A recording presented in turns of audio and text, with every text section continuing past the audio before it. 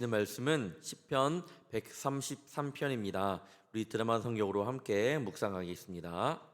편 다윗의 시 곧 성전에 올라가는 노래.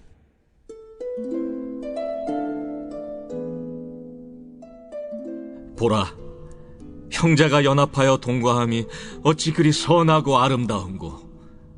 머리에 있는 보배로운 기름이 수염 곧 아론의 수염에 흘러서 그의 옷깃까지 내림같고, 헐몬에 있으리 시온의 산들의 내림같도다.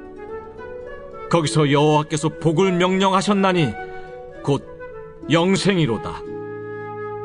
아멘. 할렐루야. 오늘 주의 성전에 나온 우리 성도님들을 진심으로 환영하고 축복합니다. 오늘 주님께 받은 은혜를 가지고 오늘 하루도 기쁜 마음으로 살아가기를 다시 한번 축원합니다. 오늘 본문은 이 성전 순례시, 계속 성전 순례시를 우리 함께 말씀을 나누고 있는데 15편 중에 14번째입니다. 거의 다 왔죠. 그리고 15편 중 그 다윗이 쓴 이제 시가 다 15편이 있다고 했는데 그 중에 4편이 다시 한번 말씀드리겠습니다. 그 성전 순례시 15편이 있는데 그 중에 다윗이 쓴 편이 4편이 있는데 그 마지막 편이 오늘 130 또한 3편이 됩니다. 다윗의 마지막 시편이 될 수 있죠. 내용적으로는 하나님께서 친히 선택하신 땅 시온에 올라와 연합하고 이스라엘 백성이 누리는 복, 영생을 노래하는 감사 예배 시입니다. 한번 1절부터 보도록 하겠습니다. 보라, 형제가 연합하여 동거함이 어찌 그리 선하고 아름다운고. 보라, 형제가 연합하여. 형제라는 단어는요, 우리 밖에서 세상에서 많이 쓰기보다는 교회 안에서 굉장히 많이 씁니다. 특히 새신자분들이 오면 우리 형제님, 자매님 하잖아요. 사실 근데 새신자분들은 또 이 형제라는 단어가 굉장히 어색하기도 합니다. 그런데 이 형제라는 단어가 굉장히 따뜻하고 공동체를 이루는데 최고의 단어가 아닌가 싶습니다. 좁은 의미로는 혈연, 혈족 등 같은 부모를 둔 자녀들을 의미합니다. 넓은 의미로는 같은 나라 백성을 의미합니다. 지금 우리는요, 그러면 영적인 형제입니다. 피가 섞여 있는 가족은 아니지만 옆에 있는 우리 모든 성도님들이 예수님의 보혈로 하나가 된 가족임을, 영적인 가족임을 분명히 잊지 말아야 합니다. 저번 주 주일 설교 때 3대지 설교 중 3번째 이 주제가 있었는데 바로 교회도 가정입니다라는 주제를 가지고 우리 청년부와 함께 말씀을 나눴습니다. 그러면서 마태복음 12장의 말씀을 전했는데 예수님께서 사람들을 가르치실 때 예수님의 어머니와 형제들이 찾아왔습니다. 제자들이 예수님께 당신의 어머니와 당신의 형제들이 찾아왔습니다 라고 말씀하자 예수님께서는 이렇게 말씀하셨습니다. 마태복음 12장 48절에서 50절입니다. 말하던 사람에게 대답하여 이르시되 누가 내 어머니이며 내 동생들이냐 하시고 손을 내밀어 제자들을 가리켜 이르시되 나의 어머니와 나의 동생들을 보라. 누구든지 하늘에 계신 내 아버지의 뜻대로 하는 자가 내 형제요 자매요 어머니이니라 하시더라. 교회는 하나님을 믿는 이들이 하나가 되는 곳입니다. 영적인 가족이 되는 곳입니다. 그래서 우리는 주님 안에서 형제라고 고백할 수 있는 것이고 주님 안에서 자매라고 고백을 할 수 있습니다. 즉 교회가 가정이고 가정이 교회입니다.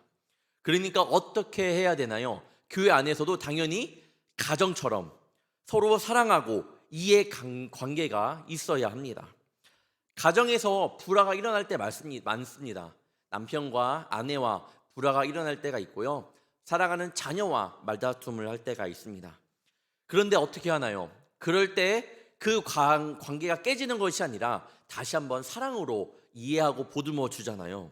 그 모습이 바로 영적인 가족인 이 교회 안에서도 일어나야 합니다. 이해하지 못하고 사랑하지 못한다면 우리는 결코 하나님을 사랑한다고 또한 못할 겁니다. 요한일서 4장 20절입니다. 누구든지 하나님을 사랑하노라 하고 그 형제를 미워하면 이는 거짓말하는 자니 보는 바 그 형제를 사랑하지 아니하는 자는 보지 못하는 바 하나님을 사랑할 수 없느니라. 우리가 형제를 사랑하지 못하면 하나님을 사랑하지 못한다고 분명히 말씀하고 있습니다. 인간의 마음에는요, 이기심도 있고 탐욕도 있고 교만한 마음도 있고 상대를 누르고 싶은 마음도 있습니다. 싸우지 않고 공동체로 살아야 할 사람들이 싸우는 일이 비일비재합니다. 부끄러운 이야기지만 저도 교회 안에 있을 때, 교회 안에서 예전에 파트 전도사 때 싸웠던 적이 있습니다. 더 열심히 주의를 감당하려고 열심히 했던 것뿐인데 그 가운데 마음이 맞지 않아서 이 파트 전도사끼리 서로 싸웠던 것이죠. 지금 생각해 보면 굳이 싸우면서까지 그래야 됐나라는 생각이 들지만 그때는 조금 마음이 좀 아팠던 것 같습니다. 하나님은 우리 개개인을 사랑하시지만 하나님께서는 고립대 한 사람을 통해서 일하시기보다는 이 공동체를 들어 사용하시기를 원합니다. 한 개인에게 말씀하시고 역사하셨을지라도 그것은 개인에게만 해당되는 것이 아니라 결국 공동체까지 나아가야 합니다. 말씀을 보아도 그 한 사람의 개인의 구원에만 초점을 맞춰져 있기보다는 그 가족 구원을 이루시길 원하는, 그 공동체의 구원을 이루시길 원하는 하나님의 마음을 우리 성경 여러 곳곳에서 찾아볼 수 있습니다. 하나님께서는 다시 한번 말씀드리지만 그 한 사람만 구원받기를 원치 않으시고 그가 속한 공동체가 구원받기를 원하십니다. 그래서 사도 바울도 에베소 교회 사람들에게 이렇게 권면했습니다. 에베소서 4장 1절부터 3절입니다. 그러므로 주 안에서 갇힌 내가 너희를 권하노니 너희가 부르심을 받은 일에 합당하게 행하여 모든 겸손과 온유로 하고 오래 참음으로 사랑 가운데서 서로 용납하고 평안에 매는 줄로 성령이 하나 되게 하신 것을 힘써 지키라. 우리에게 말씀하시는 바가 있습니다. 성령이 하나 되게 하신 것을 힘써 지켜라. 우리 불꽃교회는 각자의 여러 가지 이유로 불꽃교회를 택하고 그 다음에 하나님의 인도하심으로 불꽃교회의 성도가 되었습니다. 하지만 각각의 이유로 이 불꽃교회에 나올지는 모르겠지만 이 모든 것은 성령님께서 하나 되게 하신 한 작품이라는 거예요. 우리 서로는 성령께서 하나 되게 만드셨습니다. 그것을 잊지 말아야 합니다. 성령님께서 하나로 만들어 놓으신 것, 바로 공동체가 깨어지지 않도록 우리는 지켜야 할 줄 믿습니다. 오늘 본문 1절을 다시 보겠습니다. 보라, 형제가 연합하여 동거함이 어찌 그리 선하고 아름다운고. 하나님께서는 하나님의 백성들을 서로 형제가 되어 연합하여 살게끔 지으셨습니다. 그리고 그 모습을 하나님께서 보시고 선하고 아름답다고 말씀하고 계십니다. 하나님께서 우리의 공동체를 볼 때에, 우리 불꽃교회를 볼 때에 선하고 아름답기 위해서는 서로 아껴주고 서로 사랑하며 보듬어 주어야 될 줄 믿습니다. 나와 다르다라는 이유만으로 서로 배척하는 것이 아니라 우리는 영적인 가족으로서 서로 보듬어주고 사랑해 주어야 합니다. 더 사랑하고 더 품어주며 그렇게 신앙생활하는 를 주님의 이름으로 축원합니다. 2절에서 3절까지는 하나님 안에서 한 공동체를 이루어 살아가야 하는 사람들이 어떻게 살아가야 하는지를 두 가지의 모습으로 표현합니다. 2절 보겠습니다. 머리에 있는 보배로운 기름이 수염 곧 아롬의 수염에 흘러서 그의 옷깃까지 내림 같고. 먼저는 보배로운 기름 같다고 말씀합니다. 그 기름은 아론의 수염에 흘러서 옷깃까지 흘러내린다고 말씀하고 있습니다. 보배로운 기름, 아무나 만들지도 못하는 것이고 아무나 사용하지도 못하는 것이 바로 보배로운 기름입니다. 이 보배로운 기름을 뜻하는 향유는 제사장 임직 시에 기름을 붓는 일에 사용되었고요, 성소에 있는 성물들을 구별할 때 사용되었습니다. 즉, 이 구별된 기름으로 알 수 있는 것은 그만큼 형제가 서로 연합하고 함께하는 것이 거룩함을 뜻하고 있고 존귀하다라는 것을 말하고 있습니다. 예수님을 구주로 믿는 사람들의 모임, 이 교회는요, 마치 보배로운 기름이 아론의 머리를 타고 흘러 그의 몸을 덮듯이 그의 머리 대신은 예수 그리스도의 거룩한 보혈의 피로 덮여진 거룩한 모임이라는 사실입니다. 그리고 그 안에서 참된 사랑과 우애를 나눌 수 있는 사귐의 공동체이고 교제의 공동체입니다. 교회가 교회되는 모습에는요, 문화사역, 구제사역, 또 여러 가지 사역이 있다고 생각합니다. 무엇보다 교회는 하나님의 구별되고 성별된 거룩한 공동체라는 사실을 우리는 그 모든 사역보다 먼저 앞서 생각해야 됩니다. 우리 안에서 더 하나가 되지 못하고 더 거룩함을 가지고 주님 앞에 나아가지 못한다면 아무리 좋은 복지사역, 좋은 문화사역, 좋은 구제사역을 등을 감당한다 할지라도 그곳은 교회라고 불리기가 어렵습니다. 그렇게 교회는 내 이해관계로 모든 문제를 풀려기보다는 더 사랑으로 모든 문제를 풀어나가야 합니다. 우리 교회는 세상과 다릅니다. 세상의 기준이 교회의 기준보다 또 앞서면 안 되잖아요. 다르기 때문에 세상의 기준으로 가지고 교회의 잣대에 교회의 기준에 붙여서 설명하면 안 됩니다. 그렇게 이해해서는 절대로 안 됩니다. 교회는 달라야 됩니다. 교회는 바로 머리 되시는 예수님이 계시는 거룩한 곳이기 때문에 분명히 달라야 합니다. 베드로전서 2장 9절입니다. 그러나 너희는 택하신 족속이요 왕같은 제사장들이요 거룩한 나라요 그의 소유가 된 백성이니 이는 너희를 어두운 데서 불러내어 그의 기이한 빛에 들어가게 하시니에 아름다운 덕을 선포하게 하려 하심이라. 이 말씀을 반드시 기억하기를 원합니다. 우리는 하나님께서 택하신 족속입니다. 왕같은 제사장들이고 거룩한 나라고 그의 소유된 백성입니다.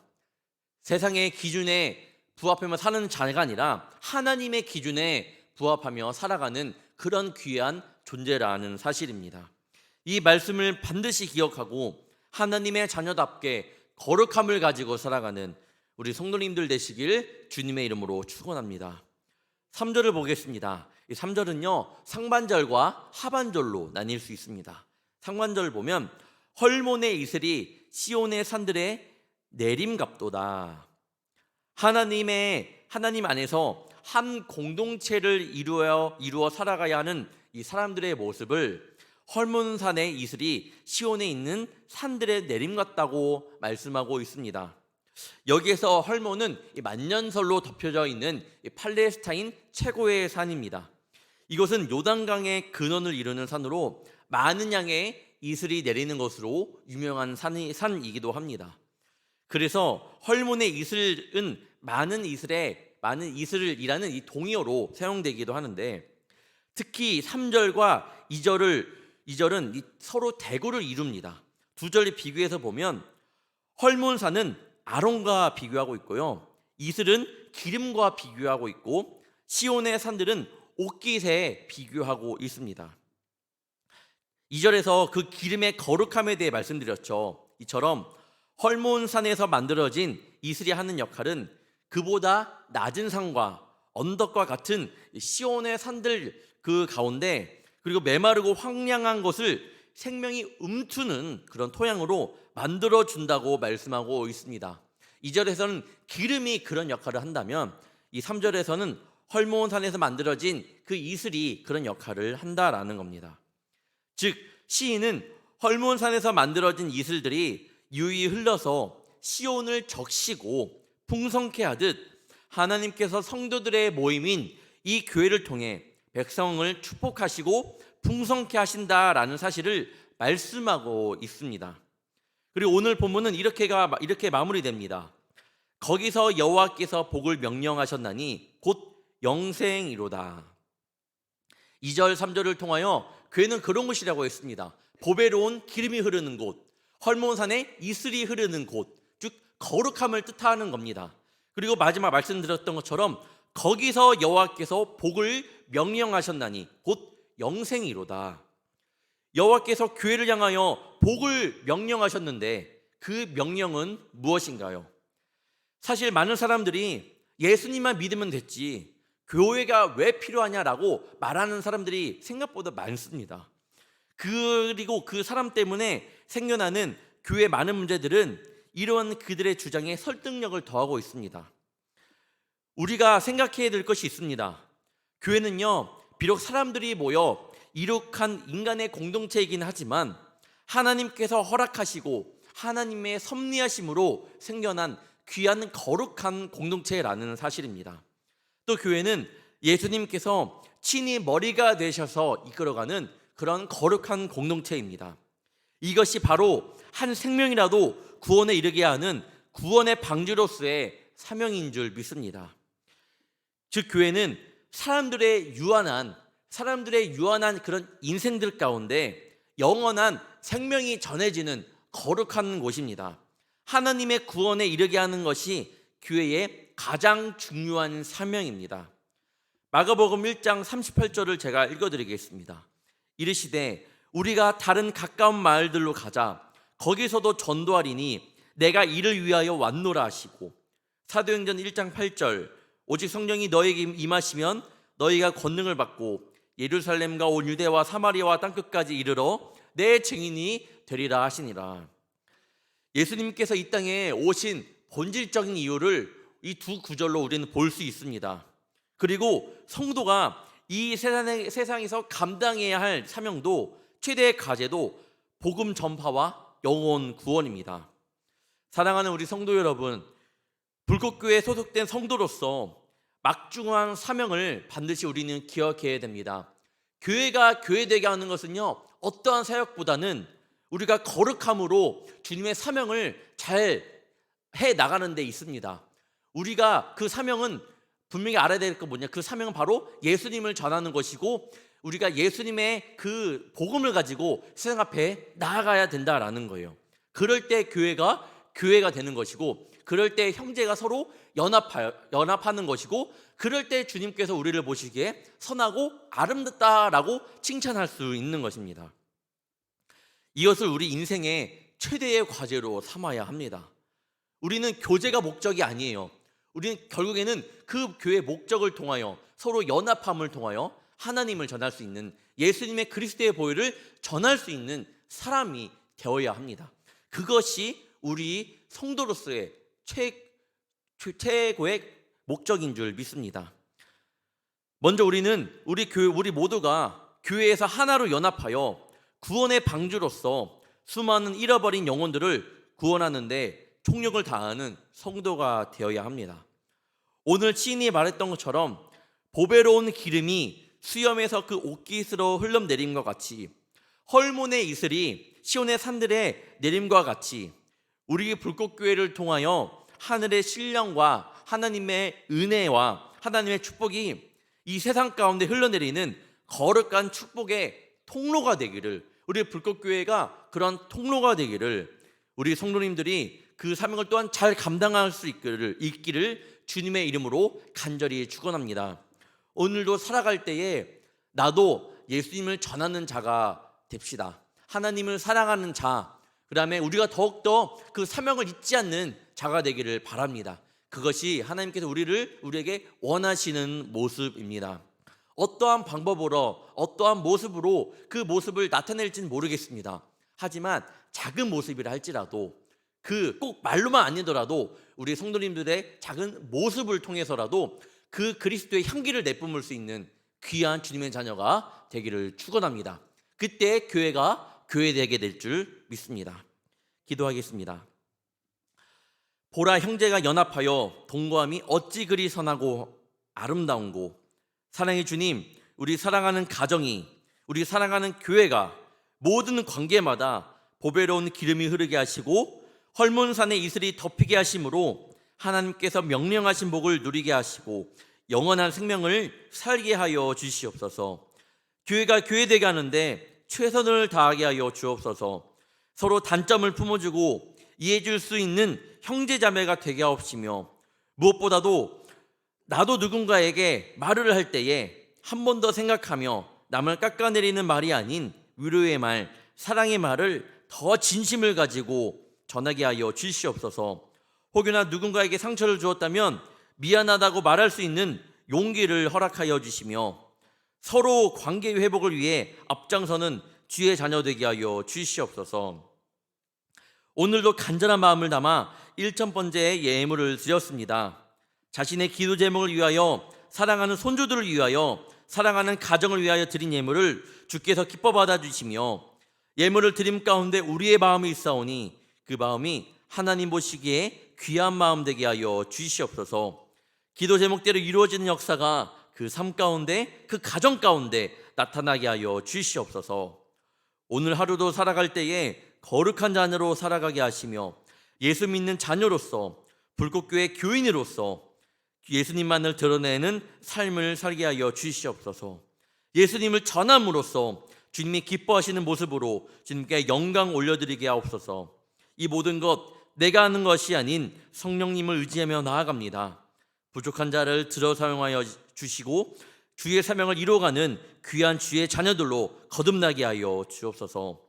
오늘도 우리 편이 되어주시는 주님께서 우리와 반드시 함께 하실 줄 믿사오며 사랑이 많으신 예수님의 이름으로 간절히 기도옵나이다. 아멘.